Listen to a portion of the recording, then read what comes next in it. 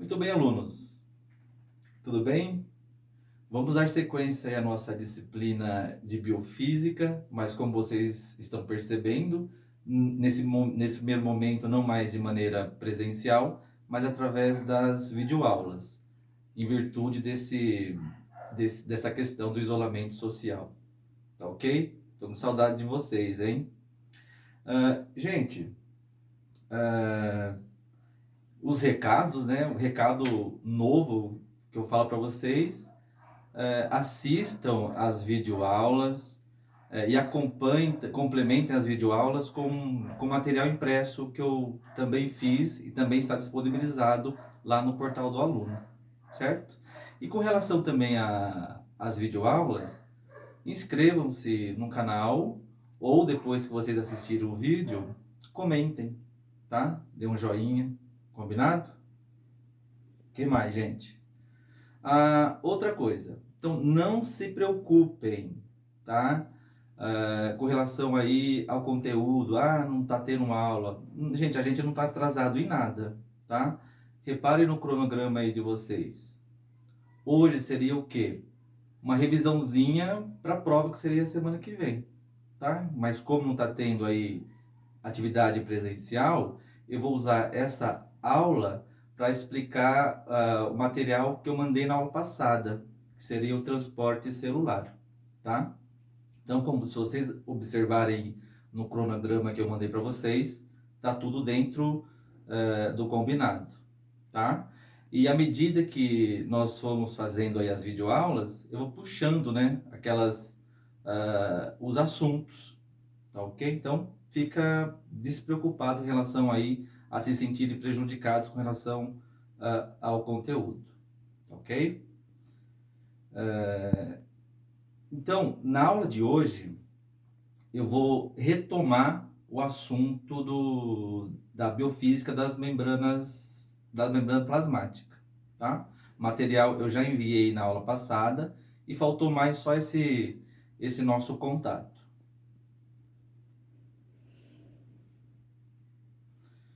E em relação aí à metodologia, nesse período aí de isolamento social, a dica aí diz respeito às videoaulas. Então, assistam. E outra coisa bastante importante, né? Agora mais do que nunca, eu sempre avisei, e agora vocês vão precisar bastante entrarem no site da instituição, no portal do aluno, que tem as atividades de todas as disciplinas estão feitas via portal do aluno. Então tenham sempre o hábito de entrar no portal do aluno e ver a atividade que você tem essa atividade a ser realizada. Então, já falei, né? Portal do aluno, login e senha, todos têm, certo? Muito bem, gente. E na aula de hoje, como eu falei, nós vamos falar aí, continuar, né, a biofísica das membranas plasmáticas, tá? Especificamente aí sobre o transporte transmembranar, que vai ser um evento muito importante aí para manter aí a vida, né? Manter a célula ativa durante o desenvolvimento, né, do indivíduo, por exemplo, tá? Então, nessa figura, conforme vocês podem ver, nós temos moléculas, né, substâncias que estão constantemente, né, atravessando a membrana plasmática. É justamente esse fenômeno que vai caracterizar o transporte transmembranar, tá? Ou transporte celular. Então, repare que nós temos substâncias que conseguem atravessar aí a membrana plasmática, né? E nós temos substâncias que, para atravessar aí a membrana plasmática, necessitam de transportadores, tá? Então, graças a esse fenômeno de transporte celular, é possível aí a manutenção da vida, a manutenção celular. E com esses tipos, com esses diferentes tipos de transporte, o corpo sempre vai trabalhar para ficar em homeostase, né? O que é homeostase? É um termo aí bastante utilizado na fisiologia, que, como essa figura mostra, diz respeito a um equilíbrio, tá? É um equilíbrio interno do corpo. Então, a homeostase, na verdade, é um equilíbrio dinâmico do meio interno, tá? O que é o meio interno? São os compartimentos, são os fluidos intra e extracelular. E esse equilíbrio entre os fluidos intra e extracelular vai ser mantido graças aos fenômenos de transporte celular. Outra coisa, a homeostase é uma condição vital, é uma condição ideal para o bom funcionamento do corpo, tá? Então, quando a homeostase, quando esse equilíbrio entre os fluidos intra e extracelular é rompido, nós temos, por exemplo, aí o surgimento de doenças, certo? Então, um exemplo, a glicose, né? É uma molécula que deve atravessar a membrana celular. Quando ela não consegue atravessar a membrana, nós temos a homeostase rompida. Aí nós temos o surgimento de uma doença bastante conhecida aí, que é o diabetes, tá? Então, quando a homeostase celular é rompida, nós temos aí o surgimento de vários tipos de doenças, tá? E só lembrando, revisando, essa homeostase vai ser basicamente mantida pelos transportes celulares. Né? Aqui de novo os transportes, né? E graças a esses mecanismos de transportes, ocorre uma diferença entre os fluidos intra e extracelular. É justamente essa diferença que vai ser a condição vital para o desenvolvimento, né, para a boa dinâmica celular. Então, recapitulando, né, comentando brevemente, a homeostase é o equilíbrio dinâmico do meio interno. Então, quando nós falamos em meio interno, nós estamos falando aí dos fluidos intra e extracelular. E o principal componente desses fluidos é a água, tá? Então, o volume de água que fica dentro da célula é chamado de fluido intracelular. E o volume de água localizado fora da célula refere-se ao fluido extracelular. Então tem que haver um equilíbrio entre esses fluidos, que basicamente é o que nós chamamos de homeostase. E nessa figura dá para a gente ver, né, nós temos aí a água é o principal componente desses fluidos, e obviamente, né, a água perfaz aí 60% do peso corporal de um indivíduo. Né? Aquele indivíduo padrão que a gente sempre brinca, né? Aquele indivíduo de 70 quilos. Tá? Então, o fluido de água que fica dentro da célula é o chamado fluido intracelular. Tá? E reparem que 2/3 desse volume de água diz respeito ao fluido intracelular. Né? Basicamente vai ser o citoplasma da célula. E 1/3 restante equivale ao fluido extracelular. Exemplo de fluido extracelular: o plasma, a linfa, tá? Certos? Tudo bem. E com relação à composição desses fluidos corporais, o que vocês acham? Eles são iguais? Os fluidos intra e extracelular têm a mesma composição? Claro que não. Não, né?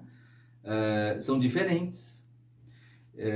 O fluido extracelular ele vai ter bastante íons, como por exemplo o sódio. Né? O sódio é o principal íon do volume extracelular, além de cloreto, né, que acompanha o sódio, cálcio, a glicose, né, que fica em maior quantidade no fluido extracelular, tá? Além de 1/3 de água.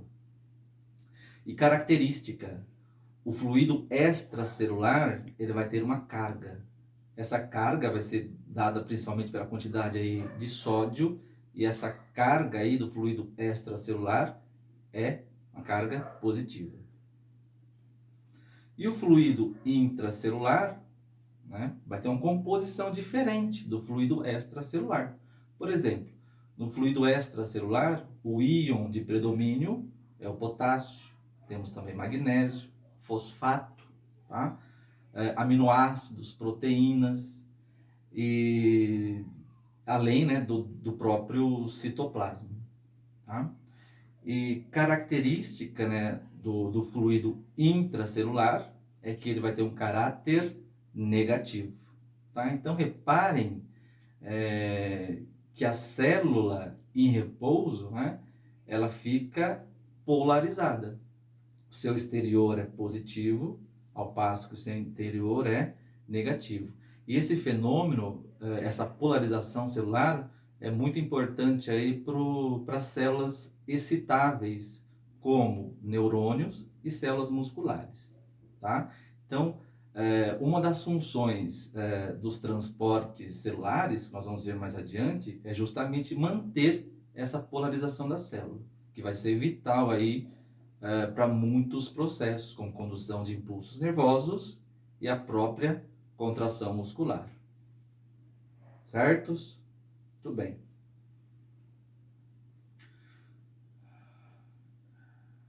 Membrana celular e homeostase, o que nós temos aqui nesse slide? Sim, né? Então nós temos os fluidos intra e extracelular, e a membrana plasmática, ela vai separar esses fluidos. Então a membrana plasmática, ela vai separar o ambiente externo e o ambiente interno, o ambiente extracelular e o ambiente intracelular. Tá?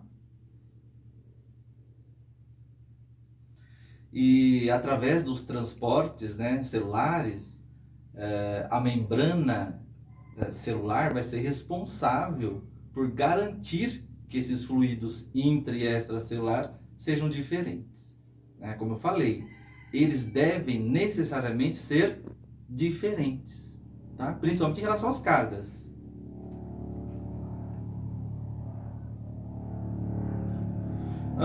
Como nós vimos, né, na primeira parte aí agora está passando um avião, né? De sexta-feira a gente tem o samba na rua, né? Em casa a gente tem um avião.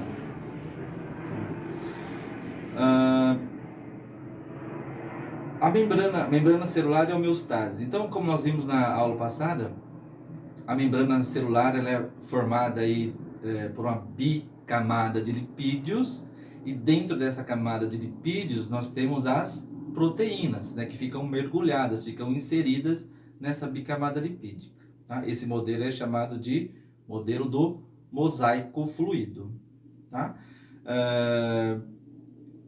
E a principal característica, uma das características da membrana plasmática, como eu falei, né, ela é fluida. E graças a essa fluidez é possível o transporte de vários tipos de substâncias.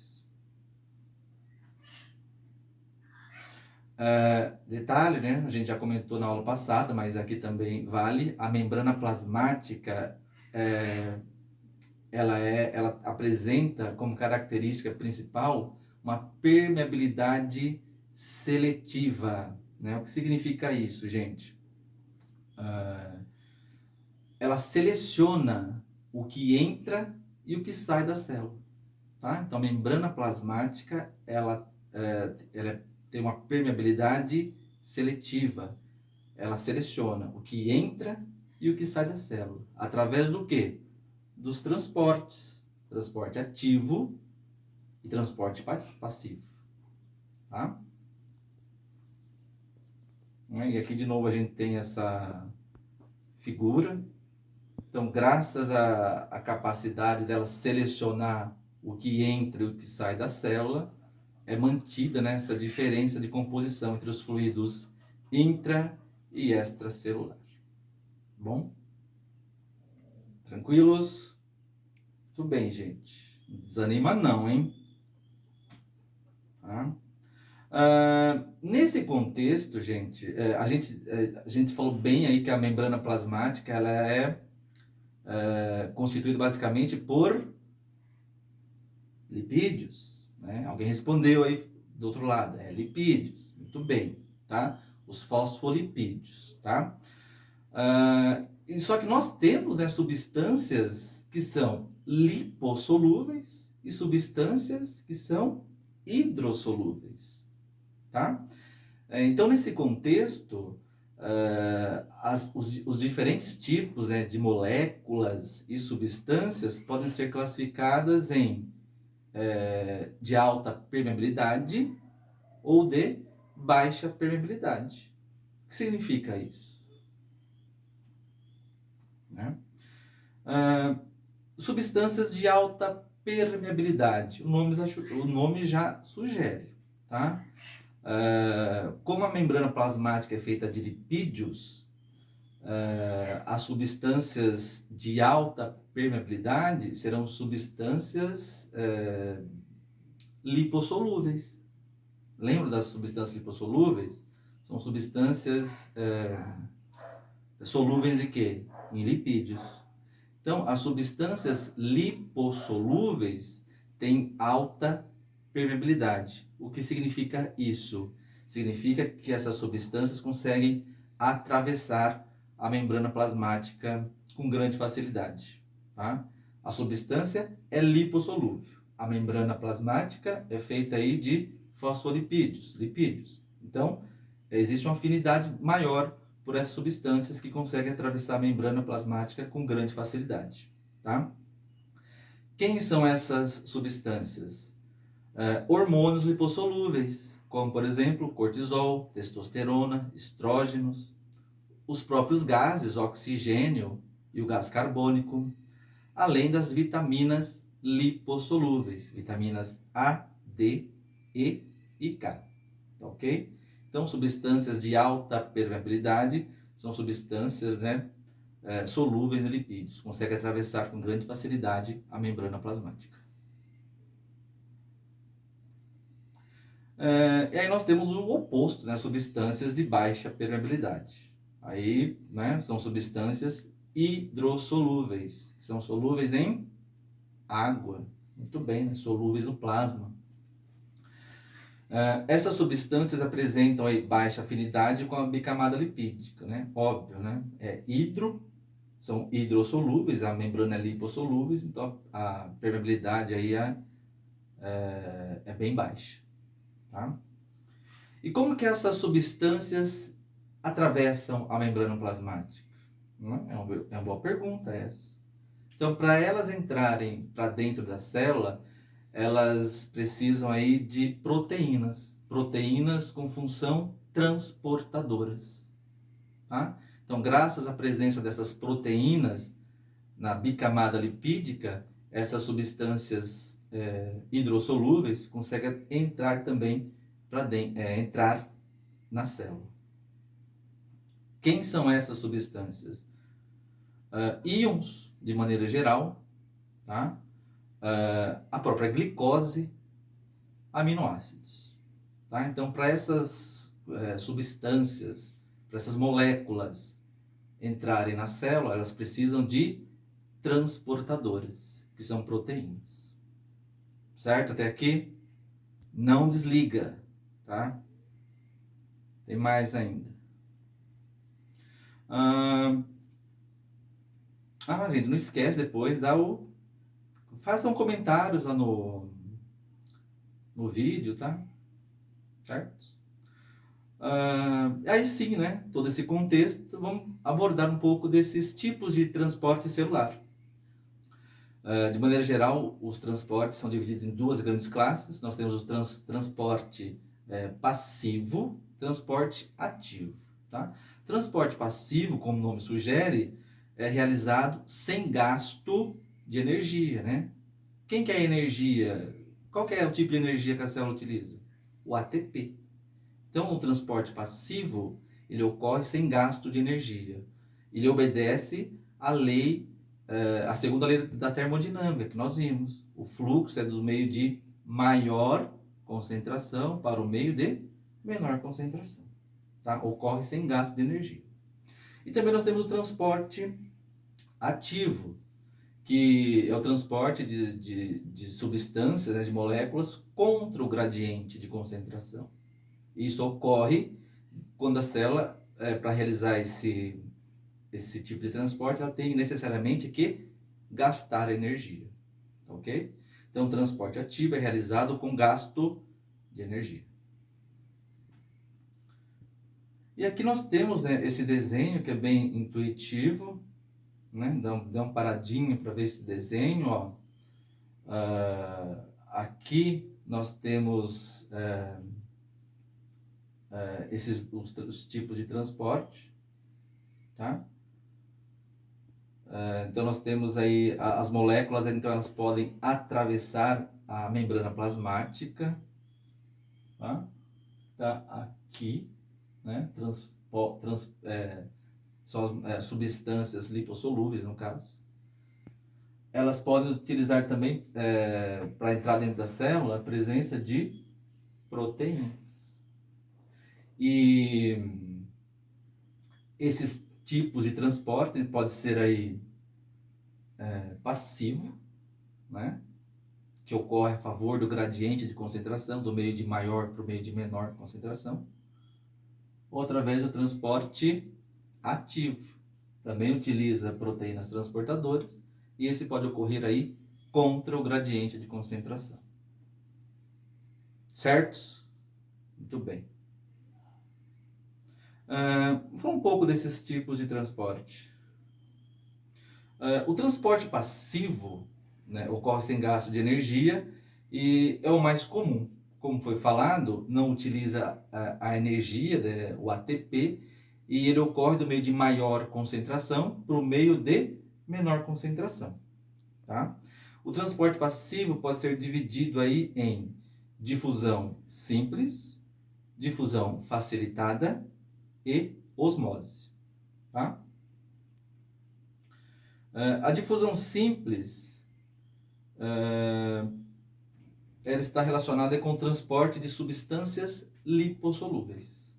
Tá? Como nós comentamos, as substâncias lipossolúveis se movimentam, né, através da própria bicamada lipídica. Então, elas atravessam sem grande dificuldade a membrana plasmática. Tá? Coloquei no esquema aqui de novo para vocês, no desenho, tá? Deem uma olhada no desenho. Tá? Então, a molécula e a substância atravessa a membrana. Tá? Repare que eu falo o termo molécula e substância. Tá? Molécula é algo mais simples, tá? Íons, por exemplo. Substâncias é a união aí de vários átomos, então vai formar aí compostos maiores, tá? Então, a glicose, por exemplo, é uma molécula. E carboidratos, substâncias, tá? Não importa.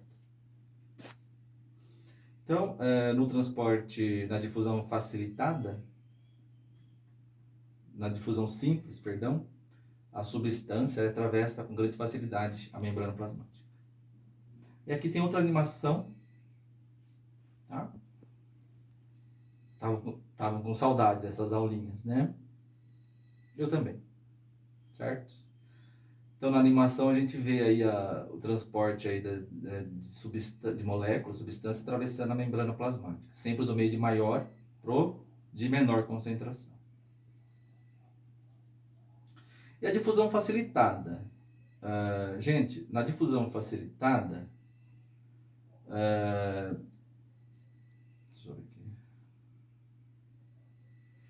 Ela só vai, também é um tipo de transporte passivo, mas para que a molécula consiga atravessar a membrana, é necessária a presença de proteínas, que são as proteínas integrais, que nós vimos lá na primeira aula de biofísica de membranas. Tá? Então, essas proteínas, elas funcionam aí como proteínas transportadoras. Vão auxiliar o transporte dessas substâncias para dentro das células, tá? E o fluxo dessa substância é do meio de maior concentração para o de menor concentração, tá? Essas proteínas funcionam como canais, né? Aí nós temos como exemplo mais comum aí os canais iônicos, que permitem a passagem de íons. Quais íons? Né? Alguns que eu coloquei aqui, o sódio, potássio, o cálcio, tá? Então eles entram através de canais, que são proteínas. Na nossa animação ele está aqui, ó. Tá? Então, essas proteínas aí funcionam como canais, facilitando a entrada de íons. Ainda com relação à difusão facilitada, essas proteínas também funcionam como transportadores ou carreadores, tá? Um exemplo bem clássico desse tipo de proteínas são as proteínas que transportam glicose, tá? Então, os transportadores de glicose são proteínas responsáveis pela entrada de glicose na célula. Essas proteínas se ligam na glicose e a transportam para dentro da célula. Essas proteínas transportadoras de glicose são chamadas de GLUT, né? Transportadoras de glicose. E aqui tem outra animação. Tá? Olha como que ela faz. Então, para a glicose, por exemplo, entrar na célula, é necessário essas proteínas transportadoras. Tá? Então, o que ela faz? Ela pega a glicose que está lá para o lado de fora da célula e coloca a glicose para o interior da célula. Né? Aí nós temos essas proteínas, elas são acionadas por um hormônio secretado pelo pâncreas. Alguém sabe qual que é esse hormônio? Né? Se a gente tivesse na aula presencial, todos iriam erguer a mão, né? E iam responder, que é a insulina, tá? Então, essas proteínas transportadoras de glicose, elas são sensíveis, elas são funcionais apenas na presença de insulina. Aí nós temos uma doença, né? Bastante comum aí, em que o pâncreas não secreta insulina ou secreta aí de maneira inadequada, que é o diabetes. Então, quem tem diabetes, normalmente aí a insulina não vai conseguir exercer sua função nesses transportadores de glicose, né? Ou seja, a célula não vai conseguir captar a glicose. E essa glicose vai ficar acumulada no fluido extracelular. Esse aumento de glicose vai fazer com que ocorra um aumento da glicemia, característico de um paciente com diabetes. Certo? Muito bem. E a osmose, gente. Osmose é outro tipo de transporte passivo. E quando a gente fala em osmose, refere-se apenas ao transporte de água, tá? É o transporte de água através da membrana. E o fluxo de água é o mesmo para transporte passivo. É o do meio de maior concentração de água para o meio de menor concentração de água. Certo? Muito bem. Então, o transporte de água está relacionado aí com o fenômeno de osmose. Aí, nós vamos fazer uma prática aí de osmose, seria por essas próximas semanas, mas depois a gente passa aí mais para o final do semestre, em relação a esse assunto. Tá ok? Tudo bem, gente.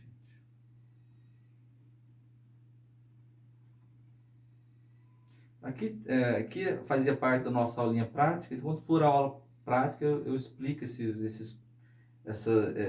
o efeito de uma célula no meio isotônico, hipotônico e hipertônico. Isso está bem relacionado com o processo de osmose, tá? E o transporte ativo. O transporte ativo, gente, ele, ele é feito, né, com gasto de energia, com gasto de ATP, e o transporte de moléculas aí vai ocorrer aí, né, contra o gradiente de concentração. Então você pode conseguir transportar moléculas contra o seu gradiente de concentração. Você pode transportar do meio de menor concentração para o meio de maior concentração, por exemplo. Tá? E o transporte ativo ele pode ser dividido em dois, né, primário ou secundário. Tá? O transporte ativo primário, ele vai usar diretamente aí a energia vinda do ATP, tá? Para movimentar essas substâncias, essas moléculas.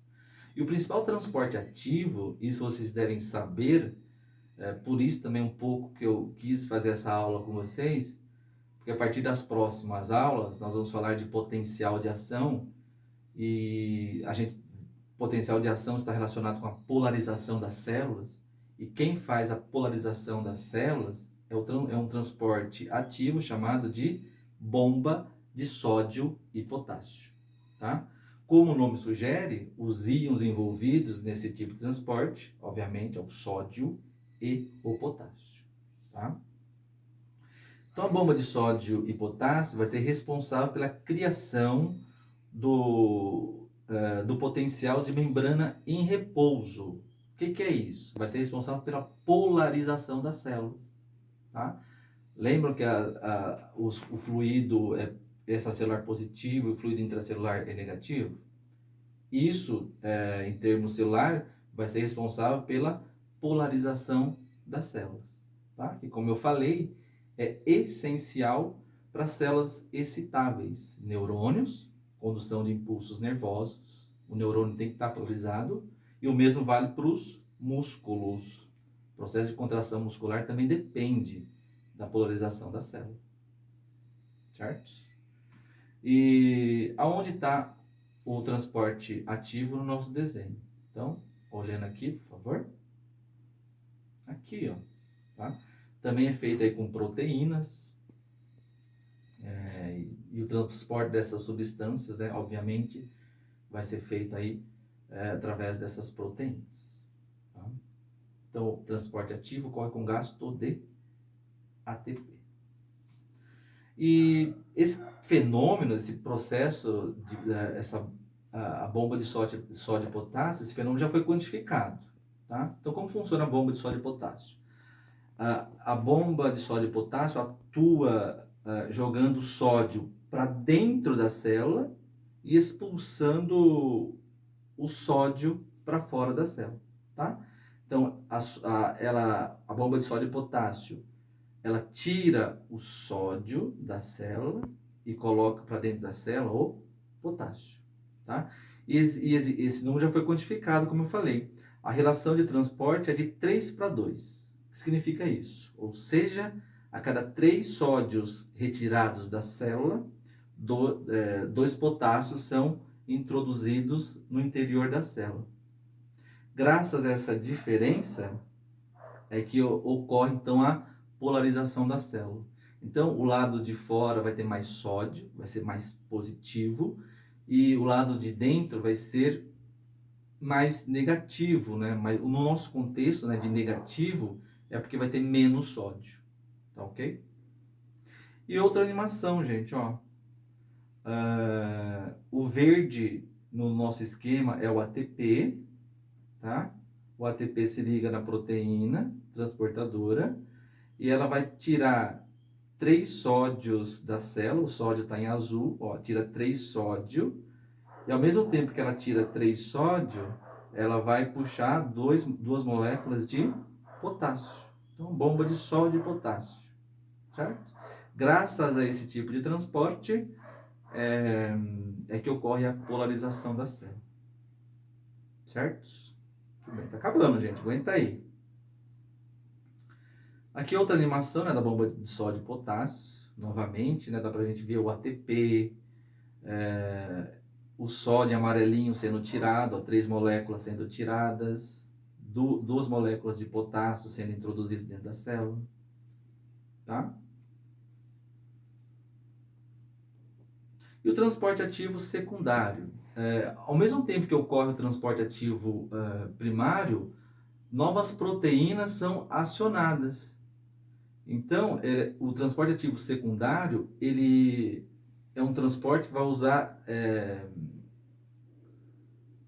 ele vai usar a energia do ATP não de maneira direta, mas de maneira indireta, tá?